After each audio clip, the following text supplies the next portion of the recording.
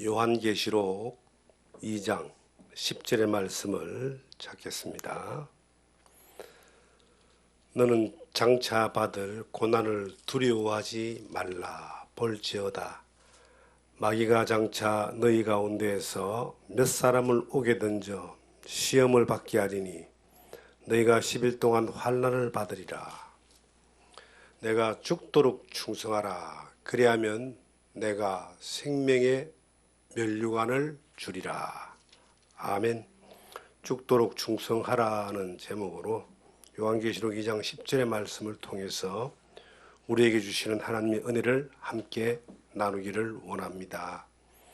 요한계시록은 장차 되어질 일들에 대한 예언의 말씀이고 계시의 말씀이기 때문에 아직도 완전히 이루어지지 않은 말씀입니다. 그런데 그 해석들이 이제 너무 주관적으로 해석을 하다 보니까 여러 종말에 대한 설들이 많습니다. 근데 오늘은 그러한 예언의 말씀을 함께 나누자는 것이 아니라 이 시대, 마지막 시대를 살아가는 어느 시대나 우리가 주님 앞에 설 수 있는 마지막 때를 살아가는 삶을 사는 자세가 성도의 가장 깨어있는 자세입니다. 마지막 시대를 살아가는 우리들에게 우리 주님이 말씀하시기를 죽도록 충성하라. 그리하면 내가 생명의 면류관을 이게 주리라. 이렇게 말씀하셨습니다. 제가 성경을 이렇게 보면서 참 감사한 것은 성경 말씀은 너무나 명쾌하다는 거예요. 하라 하지 마라가 너무나 명쾌합니다. 예 아니요 아니요 하라. 그 외에는 없어요. 그런데 우리 주님이 우리에게 해 주신 것이 영생을 너에게 준다 그랬잖아요. 영원한 속죄를 줬다 그랬잖아요. 구원을 이루었다 그랬잖아요. 주님이 이 땅 위에 오셔가지고 나를 위해서 그 골고다 십자가에 위해서 다 이루었다 하시면서 명쾌하게 죄에 대해서, 죄 근세에 대해서, 죄 심판에 대해서 완전히 구원했다라고 선언을 하셨습니다.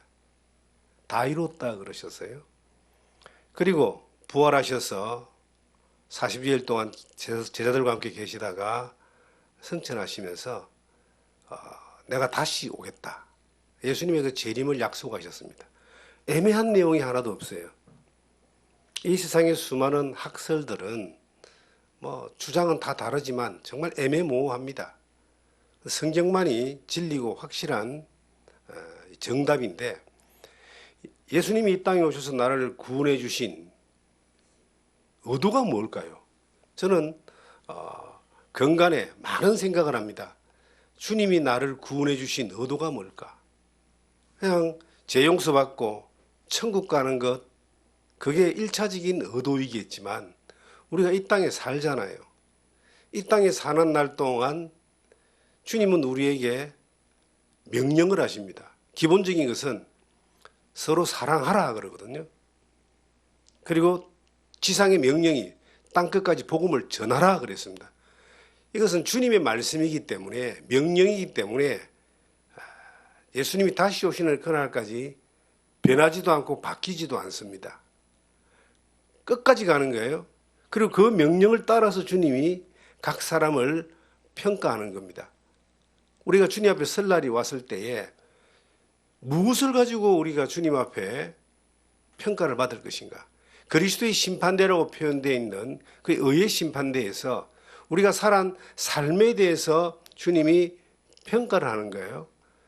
잘했다 충성된 종아라고 평가받는 사람도 있고 악하고 게으른 종아라고 또 그렇게 책망받는 사람이 분명히 있는데 주님이 우리에게 말씀하신, 명쾌하게 말씀하신 것에 대하여 그것을 바로 알고 바로 믿고 바로 따르고 바로 살면은 거기에 대해서 확실한 평가가 오는 것입니다.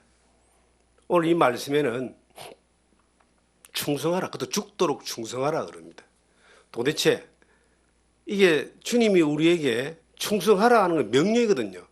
이 명령은 타협할 수 없는 겁니다.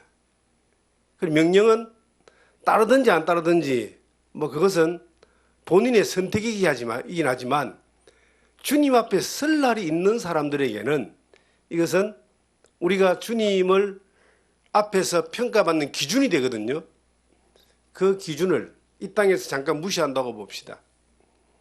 이 땅에서 무시하면은 길어봐도 제일 길게 잡아도 100년이라고 봅시다. 저는 예수 믿은 지가 지금 46년이 되는데 길어봐야 뭐 100년 안에 인생이 끝나지 않겠습니까? 주님 앞에 가지 않겠습니까? 그러면 주님 앞에 평가받는 그 영원한 세계에서 천국에서 평가받는 시간이 있고 그 이후에 영원한 시간을 천국에서 살게 되는데 그 시간 동안 내가 이 땅에 살아는 시간에 대한 평가에 대하여 그 보상이 주어지는 겁니다. 저는 이 성경에 우리가 죽도록 충성하라 그러잖아요. 주님이 죽도록 충성하라. 충성도 그냥 하지 말고 죽도록 하라 이 말은 다른 생각하지 말고 이것만 해도 이 땅에서 너를 구원하신 하나님의 그 요구가 충분하게 그 의도가 나타난다. 네가 이 땅에서 충성하게 하기 위해서 내가 너를 위해 죽었다 이 말입니다. 예수님이 이 땅에서 네가 충성하며 살게 하기 위해서 내가 부활해서 승천해서 그걸 평가하러 다시 오신다는 거예요. 근데 주님이 오실 때에 이 성경 말씀대로 생명의 관을 네게 주리라. 생명의 면류관이라 그러는데 이 생명의 관이라는 것은 이 2000년 전의 사람들은 잘 이해하는 내용들이에요. 어떤 경기에서 승리를 하면은 머리에 관을 씌워줍니다. 또 어떤 그 큰 공을 씌워가지고 어떤 지역을 다스리는 뭐 영주가 되든지 뭐 귀족이 되면은 거기에 걸맞는 머리에 관을 씌워주는 거예요. 상급을 상급. 상. 이 영국 가면은 귀족이 여러 가지 있잖아요. 왕 밑에 공작 있고 뭐 백작 있고 자작 있고 남작 있잖아요. 근데 그 귀족들이 귀족이긴 하지만 다 급이 있다는 겁니다. 자기가 얼마만큼 그 기여를 하고 충성을 했느냐에 따라서 그 가문과 개인이 거기에 맞는 자기를 받고 관을 쓰는 거예요. 근데 우리가 어느 날 주님 앞에 가게 됩니다. 다 가게 됩니다. 아무도 예외가 없어요. 예수 믿는 사람들은 전부 다 주님 앞에 서게 되는 거예요. 그런데 그 앞에 섰을 때에 생명의 면류관을 받는 사람이 있는 반면에 부끄러움과 책망을 받는 사람도 있습니다. 성경에는 부끄러운 구원이 있어요. 그 부끄러운 구원이라고 하는 것은 고린도전서에 나오는 말씀인데 불에 타버렸을 때에 아무것도 남지 않는 걸 이야기합니다. 우리가 이 땅에서 사는 시간들이 주님 앞에 섰을 때에 아무런 의미가 없는 주님의 말씀과 명령과 아무런 상관이 없는 삶을 살다가 주님 앞에 서면은 그 앞에서 평가받을 게 없어요. 이 불 가운데 받는 구원이다라고 성경은 기록하고 있습니다. 우리가 예수를 믿었다라고 하는 것은 정말로 세상에서 가장 큰 행운을 잡은 사람들입니다. 인생에 성공한 사람들이에요. 살다가 지옥 가는 것이 아니라 살다가 천국 가는 약속을 받았기 때문에. 그런데 그 사람들을 향한 하나님의 의도가 뭐냐는 겁니다. 그 사람들을 향한 하나님의 의도는 생명의 관을 주겠다. 이 성경에 보면은 히브리서 11장 6절에 보시면은 반드시 그가 계신 것과 그가 자기를 찾는 자들에게 상 주시는 이심을 믿어야 할지니라 라고 말씀하고 있습니다. 반드시 하나님이 계신 것을 믿고 사는 사람들, 이게 믿음의 사람들이에요. 그런데 그 사람들은 반드시 하나님이 계신 것만 믿는 것이 아니라 그가 자기를 찾는 자들에게 상 주시는 이심을 믿어야 된다. 우리 이 땅에 살면서 하나님이 살아계심을 믿습니다.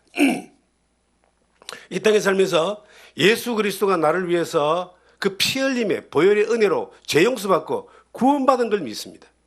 우리 이 땅에 살면서 하나님이 우리 아버지 되신 것을 믿습니다. 그래서 아버지라고 부릅니다. 그런데 그 하나님이 살아계셔서 우리의 일생을 눈동자처럼 지키시고 보호하고 인도하시는 걸 믿습니다. 그런데 그것만 믿어가 안 되는 거예요. 그 다음에 반드시, 이거는 절대적이다는 뜻이거든요. 그가 자기를 찾는 자들에게 상 주시니심을 믿어야 할지니라. 하나님은 거듭난 사람들이 살아가는 일생의 삶에 대하여 반드시 상을 주십니다. 책망도 주십니다. 부끄럼도 당하게 하시고 영광도 받게 합니다. 모든 영광을 하나님이 받지만은 우리가 주님 앞에 섰을 때 존귀와 영광을 받는다고 기록되어 있어요. 주님 앞에 섰을 때, 하나님 앞에 섰을 때. 여러분, 이 땅에서 우리가 사는 날들도 너무 중요합니다. 왜 중요하냐? 이 땅에서 내가 얼마나 오래 살고 얼마나 건강하게 살고 얼마나 부자로 사는가, 이게 중요한 게 아니라 이 땅에 사는 시간들이 영원한 하나님 앞에 섰을 때에 받을 상급과 그 누림에 대하여 그것이 연결된다는 겁니다. 그래서 성도가 죽는 거는요, 죽는다 하지 않습니다. 잔다 그래요. 그리고 그 영원한 세계가 그대로 이어져 가는 거예요. 여러분과 제가 이 땅에 살면서 기양하면 하나님 앞에 생명의 관을 받을 수 있는 삶을 준비하고 사는 것이 지혜로운 사람들이라는 겁니다. 게으른 자여 개미에게 가서 그 하는 것을 보고 배우라는 말씀이 잠언에 나옵니다. 그런데 이 게으른 자에게 개미에게 가서 하는 것을 배우라는 말은, 개미는 뭐냐면은 열심히 일하는 목적이 겨울이 와서 먹을 게 없을 때 그 가족들을 먹이게 하기 위하여 양식을 준비한다. 미리 준비하는 걸 배워라. 저는 예수 믿고 얼마 안 돼서 잠언을 보다가 그 말씀을 배우고 제가 참 인생의 방향을 바꾼 사람입니다. 그게 뭐냐면은 우리는 어릴 때 개미와 배짱이에 대한 그 동화를 봤잖아요. 알고 있잖아요. 그냥 즐기고 놀고 하다가 겨울이 오니까 다 쥐도 죽고 다 굶어 죽었어. 근데 개미는요, 열심히 일을 했는데 겨울이 와서 그 먹을 게 없을 때 가족들이 다 먹고 종족을 보존하고 번창했어요. 성경에 그렇게 기록되어 있는 걸 보고 깜짝 놀란 겁니다. 아하, 인생은, 이 땅에 사는 것은 우리가 영원한 것을 준비하는 삶이구나. 영원한 것을 준비하는 삶을 위해서 이 땅에 노력하고 수고하는 것은, 이것은 결코 헛된 것이 아니구나. 그런데 무엇을 위해서 노력하고 헛된 것이냐? 가장 가치 있는 것은 하나님의 영광을 위해서 사는 것이다. 저는 그때 이러진 영혼들에게 복음을 전하는 이 삶이 내 인생의 가장 가치 있고 소중한 것이라는 것을 믿음으로 받아들였기 때문에 그 일을 위해서 뒤도 안 돌아보고 이렇게 방향을 잡을 수 있는 큰 교훈이었습니다. 성경에 이런 말씀이 있습니다. 바울 사도가 어느 날 정말 다메섹에서 예수를 믿고 난 뒤에 만나고 난 이후에 그런 평생을 바쳐서 복음을 전하는 그 사도로서 많은 고난과 고통 가운데 많은 교회를 세웠습니다. 그런데 그 인생의 마지막 점에 그 끝머리 이제 로마의 감옥에서 순교할 때가 가까울 때에 그의 제자이자 믿음의 아들인 디모데에게 유언 같은 그 편지를 쓰는데, 그게 디모데후서거든요. 성경 디모데후서 한번 찾아보겠습니다. 디모데후서 4장을 보시면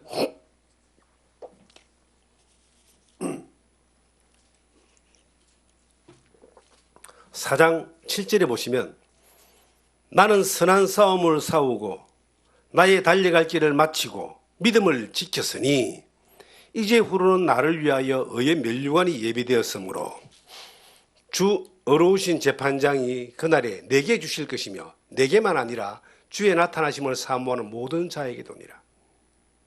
그가 이렇게 마지막에 고백을 하는 거예요. 내가 나의 달려갈 길을 마치고 인생이 끝날 날이 다 됐다 이 말이에요. 믿음을 지켰다는 말은 하나님 앞에 충성했다는 겁니다. 어떤 고난이 와도 어떤 유혹이 와도 어떤 상황이 돼도 믿음을 지켰다는 겁니다. 충성해야 될 자 하나님 앞에서 변함없는 믿음으로 그는 갔다 이 말이거든요. 이걸 이제 다른 말로 하면 신실한 믿음이다라고 이야기합니다. 오늘 본문의 말에 의하면 충성된 믿음이라고 말할 수 있습니다. 하나님이, 우리 주님이 명령하신 것에 대하여 어기지 않고 지켰다는 겁니다. 서로 사랑하라는 말씀도 지켰고, 땅끝까지 복음을 전하라는 말도 지켰고, 용서하라는 말씀도 지켰고, 섬기라는 말도 지켰고, 하여튼 주님의 말씀을 다 지켰다. 그리고 십자가의 복음을 전하는 이 일을 더욱 그 사명을 끝까지 지켰다 이 말이에요. 그렇게 충성한 바울 사도가 그가 예언적으로 고백을 한 거예요. 그게 바로 뭐냐니까 이제 후로, 이 이후로 내가 육체의 생명은 끝나지만 주님 앞에 섰을 때에 나를 위하여 의의 면류관이 예비되었다. 여러분, 바울 사도는 의의 면류관을 바라보고 갔습니다. 주님은 우리에게 생명의 면류관을 예비해놨다 그럽니다. 어떤 자에게? 믿음을 지키는 자에게, 어떤 자에게? 죽도록 충성하는 사람들에게 하나님이 예비하신 겁니다. 저는 신앙생활 처음에 하면서 이렇게 생각했습니다. 천국만 가면 되겠지 뭐. 내가 나 같은 게 예수 믿고 죄 용서받고 구원받아 천국만 가는 것도 감사한데 그 면류관 받고 상급 받는 거는 나한테는 이거는 남의 이야기 같아. 나는 그렇게 살지도 못해. 사실 저 그렇게 생각했습니다. 그런데요, 주 안에서 살아가다 보니까 깨달아지는 게 있어요. 그 깨달아지는 것이 면류관을 받는 이 방법이 먼저는 가치를 알아야 돼요. 우리가 이 땅에서 뭐 로또를 받으면 얼마나 이거 좋겠어요. 근데 그것도 오래 못 갑니다. 그런데 그거보다 몇억 배 더 큰 것이 주님 앞에 섰을 때 받는 면류관입니다. 영원토록 하나님의 나라에서 누릴 수 있는 그 변하지 않는 약속이 생명의 관으로, 의의 면류관으로 그렇게 약속되어져가 있는 겁니다. 그래서 그 가치를 아니까, 이거는 내가 이거 없어도 된다 했던 그것이 얼마나 어리석은 것인가 하는 것을 알게 됐고, 그 가치를 아니까 이제 어떻게 하면 이걸 받을 수 있는가에 대하여 성경 안에서 주님의 가르침을 따라서 기도하면서 찾았는데, 그게 이제 여러 가지가 있습니다. 많은 사람을 옳은 길로 인도하는 자는 하늘의 별과 같이 빛나리라는 말이. 이 별이 이게 하나 빛나면 어지간하면 이거 안 없어지잖아요. 우리가 그 북두 칠성 같은 거 보면요, 뭐 1000년 전에도 빛나고 있었고 지금도 빛나고 앞으로도 빛날 거 아니에요. 그 별과 같이 우리가 주님 앞에서 섰을 때에 그 앞에서 누릴 수 있는 것은 이게 많은 사람에게 진리 안으로 옳은 길로 인도하고 말씀을 가르쳐서 옳은 길로 인도하는 이 사람들은 이게 별과 같이 빛나고 이것이 면류관을 받는, 상급을 받는 지름길이라는 것을 발견하게 된 겁니다. 그래서 이 영혼들이 복음을 전하는 삶을 살자. 복음을 전하는 삶을 이렇게 살면서 또 깨달아지는 것이 주님이 우리에게 명령하신, 말씀하신 것을 잘 따르는 것이, 이것이 충성하는 거구나.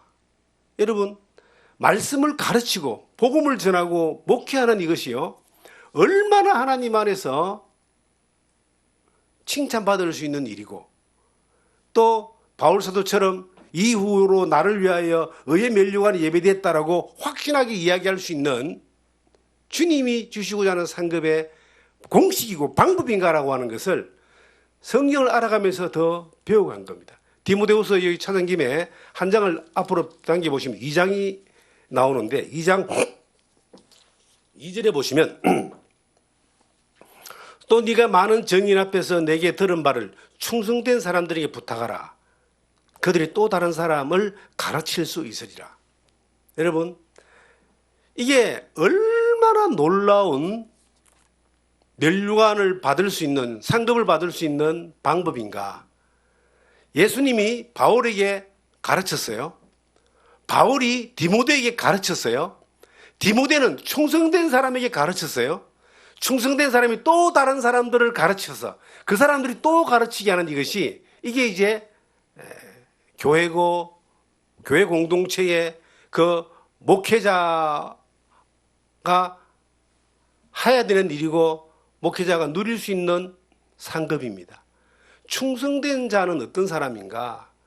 배운 대로 행하고 행한 대로 가르치는 사람을 충성된 사람이라고 그럽니다. 디모데는 바울에게 배운 대로 행했고 행한 대로 또 다른 사람, 충성된 사람에게 가르쳤다 그러잖아요. 바울 사도는 주님에게 배운 대로 행했고 주님에게 배운 대로 디모데에게 가르쳤어요. 그 충성된 사람은 뭐냐면은 배웠고 행하고 가르치는 사람이다. 여러분, 교회 안에서 신앙생활이라는 것을 뭘로 정의할 수 있습니까? 설교만 듣는 게 신앙생활입니까? 예배만 드리는 게 신앙생활입니까? 아닙니다. 말씀과 예배를 통해서 우리가 주님으로부터 배운 바 된 이것을 내가 충성하는 거예요. 순종하는 거예요. 그럼 충성은 뭐냐면 이것을 또 다른 사람에게 가르치는 거예요. 내만 믿는 것이 아니라 내 주변에 지옥 가는 사람들에게 천국 가는 길을 가르치고 내 주변에 헤매는 사람들에게 진리의 길을 가르치고 내 주변에 상처받은 사람들에게 회복의 말씀을 가르치고 이게 충성된 사람은 자기가 맡은 자리에서 자기가 해야 될 일을 신실하게 지키며 행하는 사람을 충성된 사람이라고 성경은 말하고 있습니다. 고린도전서 4장 2절에 보시면 맡은 자에게 구할 것은 충성이라는 말씀이 있어요. 맡은 자가 그러면 목사만 맡은 사람이냐? 아닙니다.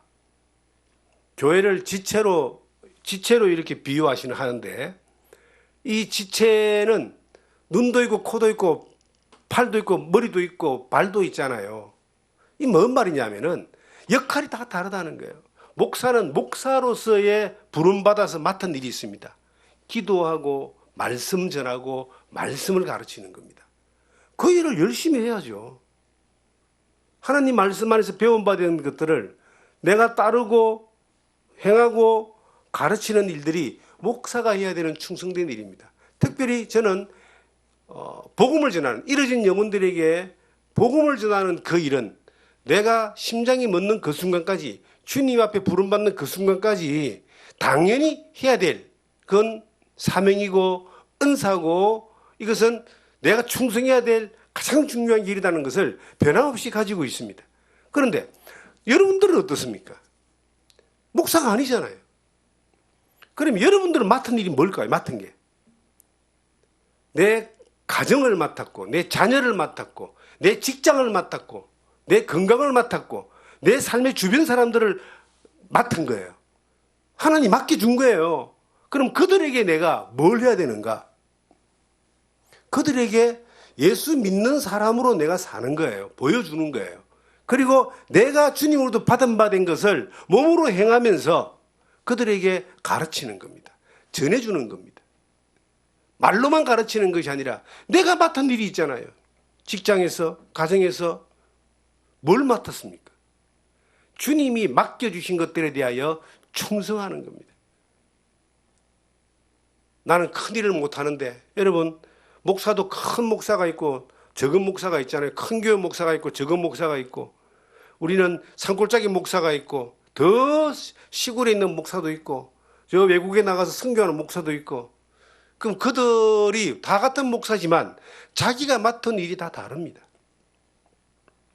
자기가 맡은 일의 그 분야에서 처해진 자리에서 충성을 다할 때에 하나님이 그 의의 면류관, 생명의 관을 약속대로 주시는 거예요. 충성하지 못한다는 말은 뭘까요? 그건 게으르다는 거잖아요. 게으르지 말고 열심히 품고 주를 섬기라는 말씀이 있습니다. 로마서 12장에. 게으르지 마라. 충성된 사람은 절대 게으른 사람이 아니다. 개미의 부지런함을 배우는 이유가 준비하는 거잖아요. 우리가 이 땅에서 주님 앞에 맡은 바 된 사명을 감당하기 위해서 어떤 포지션이든 간에 게으르면 안 되는 거예요. 로마서 12장에 그렇게 기록되어 있습니다. 보겠습니다.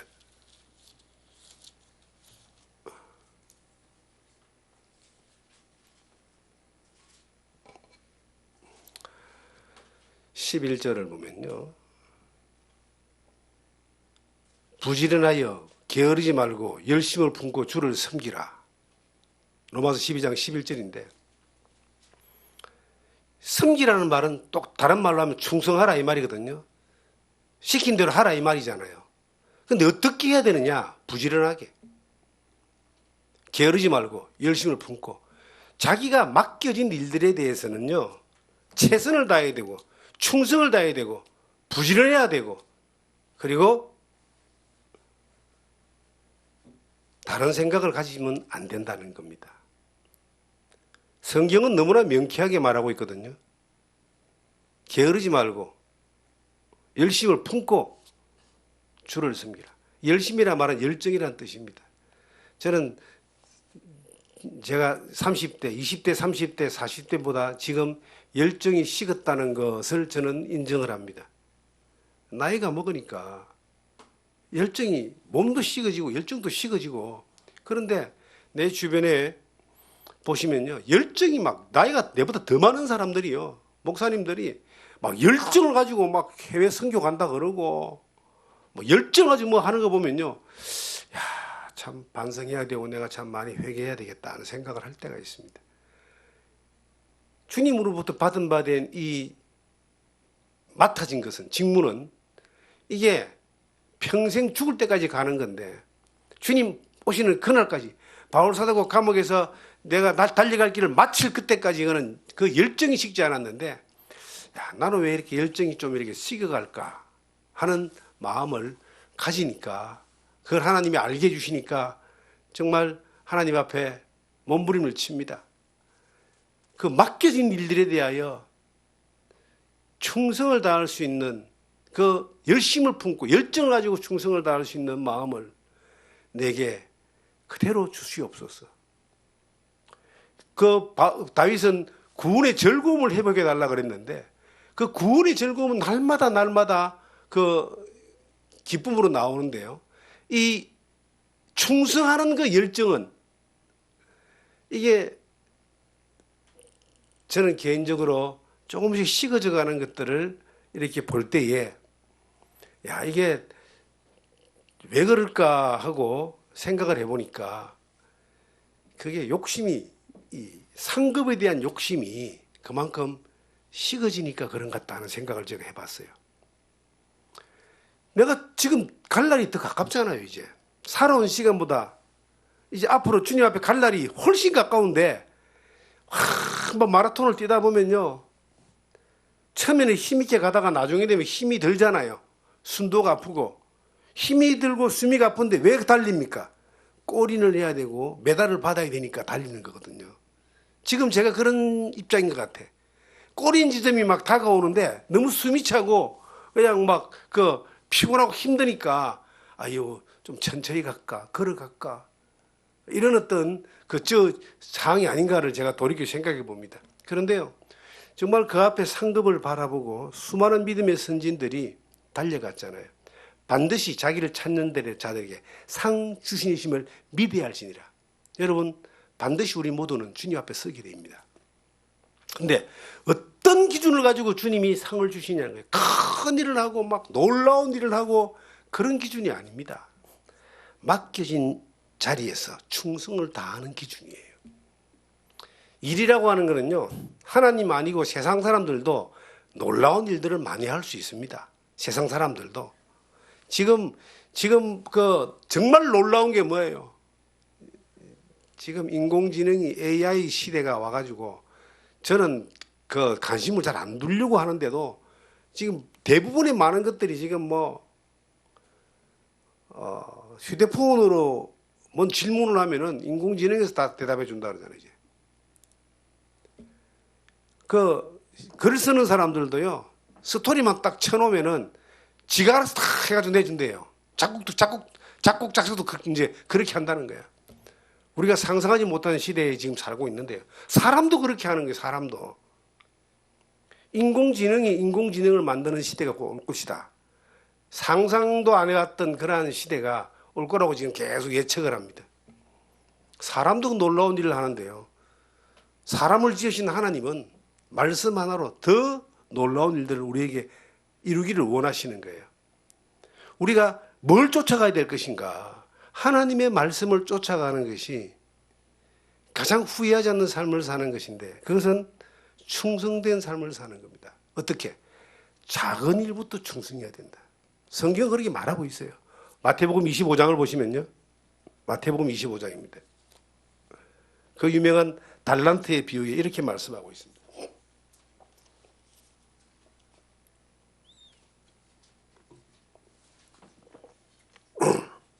21절에 그 주인이 이르되 잘하였도다 착하고 충성된 종아 네가 작은 일에 충성하였음에 내가 많은 것을 네게 맡기리니 네 주인의 즐거움에 참여할지어다 하고, 자, 1달란트, 2달란트, 5달란트 나눠줬는데 5달란트 받은 사람이 5달란트를 남겼어요. 주인이 돌아올 때 계산하니까. 2달란트 받은 사람은 또 2달란트를 남겼어요. 계산하니까. 근데 1달란트 받은 사람은 1달란트를 안 남기고 땅에 묻었어요. 1달란트 받은 사람에게는 악하고 게으른 종아 이렇게 말하고요.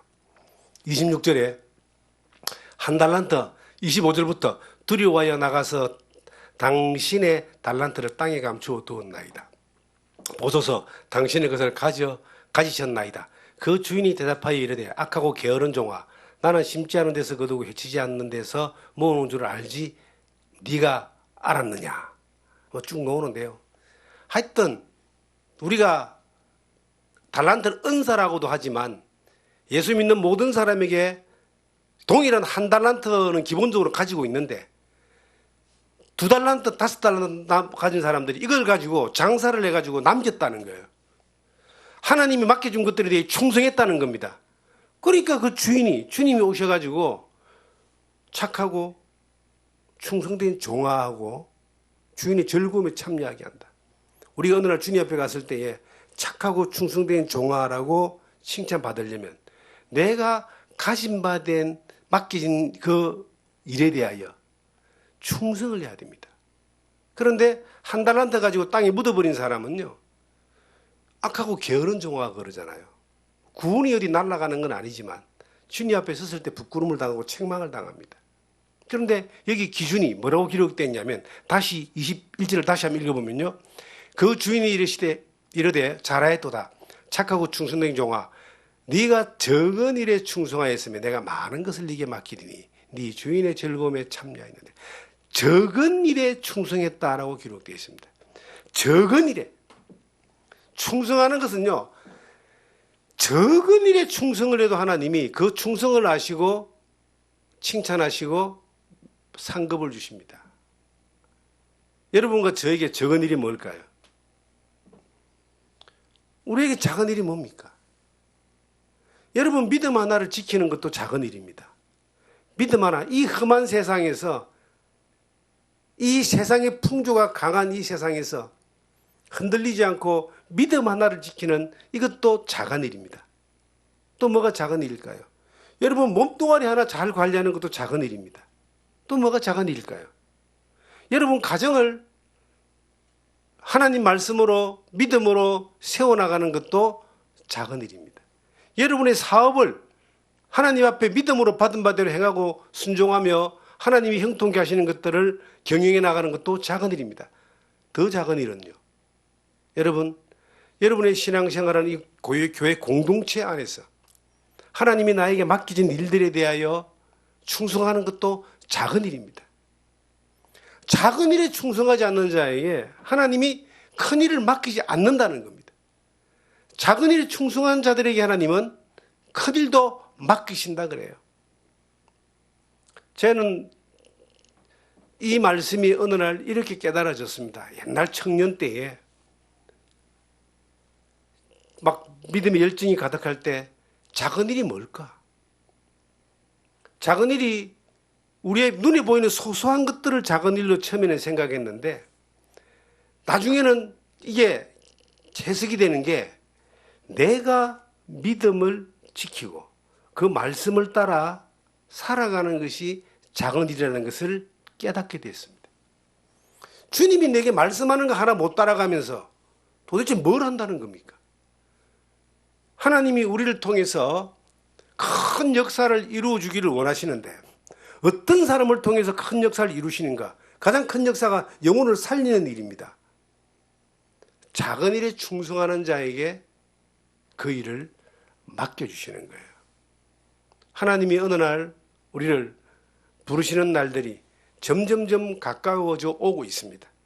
어느 날 우리는 주님의 부르심을 따라 가게 됩니다. 자기가 앞으로 몇 년을 더 살지 그거 뭐 예측하고 계산하고 결론 내리는 사람이 누가 있습니까? 우리의 생명은 하나님께 있습니다. 예수 믿는 사람이든 안 믿는 사람이든 하나님이 생명의 주관자이신데 우리가 사는 날 동안 작은 일에 충성하는 것을 소홀히 하지 않고 늘 하나님이 나에게 주신 말씀을 따라서 그것을 지켜나가고 그것을 따라가고 그것을 충성해 나가는 일들에 대하여 당연한 것들로 방향을 잡아야 됩니다. 여러분, 주님이 우리에게 말씀하셨습니다. 감사하라. 범사에 그것도 감사하라. 범사란 말은 좋은 일, 나쁜 일, 싫은 일, 뭐 기쁜 일 다 포함된 모든 일에 감사하라 이 말이에요. 그래서 항상 작은 일 가운데 하나가 마음을 가지는 거예요. 나는 모든 일에 감사할 것이다. 주님이 말씀하셨으니까. 말씀을 따르는 게 작은 일이에요. 그래서 엎어져도 감사, 일어나도 감사, 걸어가도 감사, 누워도 감사. 잘 돼도 감사, 안 돼도 감사. 왜? 그것이 하나님이 우리에게 원하시는 것이기 때문에 그렇게 했을 때 하나님이 그 사람을 통해서 충성된 그 사람을 통해서 하나님이 약속하신 것을 이루시고 역사하시고 능력을 나타내 주시는 겁니다. 여러분 우리 주변을 한번 돌아보십시오. 예수의 복음을 전해야 될 사람들이 굉장히 많습니다.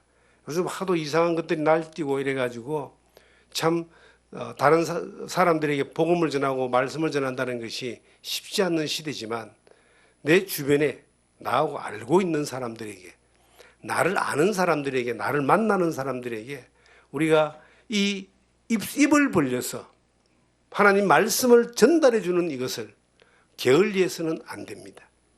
그래서 어려우면 교회라도 나가봅시다. 따라서 좀 따라오세요. 교회 나가세요. 라고도 그건 쉽잖아요. 예수 믿고 구원받으세요 하면 이게 막 이 사람들이 놀러 자빠지는데 교회 갑시다. 하나님이 정말 살아계십니다. 예수 믿어야 됩니다. 이게 어렵습니까? 모든 사람에게 그렇게 전달했을 때 예를 들어서 한 10,000명 전달했는데 1명 정도 예수를 믿으면 얼마나 그 놀라운 기적이에요. 그 일마저도 우리가 입을 다물므로 말미암아 충성하지 않고 주님의 말씀을 따르지 않는 것 때문에 아무 일도 일어나지 않는 그러한 삶을 우리가 산다면 우리는 주님 앞에서 참 부끄러움을 당하게 될 겁니다. 이 한 달란트 남긴 사람이 땅에 묻어놨다 그랬어요. 자기 생각에 묻어버리고 또 자기가 안 된다는 할 수 없다는 그러한 그 게으름에 묻어버렸을 때 아무 일도 일어나지 않고 주님 앞에 서니까 책망만 받더라 하는 겁니다. 우리 이 땅에 살면서 주님 앞에 서는 그날에 대하여 조금도 의심해서는 안 됩니다. 반드시 그것은 오기 때문에. 그런데 오늘 본문의 말씀처럼 네가 죽도록 충성하라 이 말씀을 우리의 이 2026년 한 해를 시작하는 첫 주일에 내가 이 한 해를 죽도록 충성하는 삶으로 방향을 잡아봅시다. 주님 앞에 그것이. 그리고 그 다음에 생명의 관을 주리라 하신 약속을 바라보면서 한 걸음 한 걸음 걸어가는 여러분과 제가 되기를 주님의 이름으로 부탁드립니다. 거룩하신 아버지 하나님 은혜와 사랑에 감사드립니다.